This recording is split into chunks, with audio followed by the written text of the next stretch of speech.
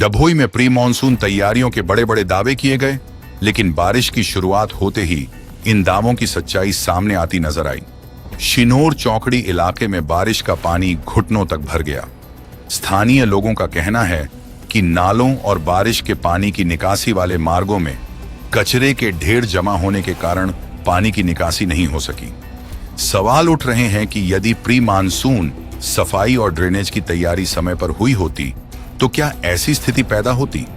अब लोग पूछ रहे हैं, क्या नगर पालिका की प्री मॉनसून कार्रवाई सिर्फ कागजों और फोटो तक ही सीमित रह गई, या फिर जिम्मेदार अधिकारी इस हालात पर कोई ठोस जवाब देंगे।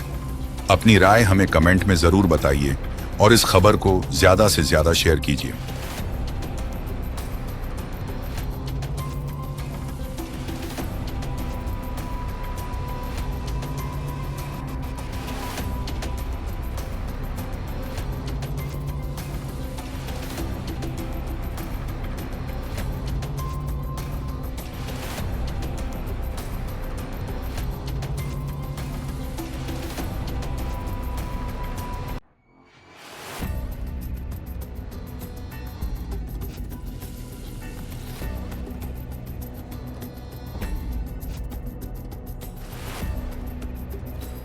સમસ્યા છે અમારે આ ધંધો કરવો છે, હવે 4 મહિના બીજો વરસાદ છે તો દર મહિને આવીને મ્યુનિસિપાલિટી વાળા આવીને પૈસા લઈ જાય છે, તો અમારામાં ધંધો કરવો તો આમનામ ઊભું રહેવાનું આવી રીતે મહિનો થાય એટલે અમારે આગળ આવીને પૈસા લઈ જાય। પાણીને હતા અમારા ગોઠણ જેટલા પાણી, તો આમાં કઈ સરકાર અમારે માન્ય રાખી?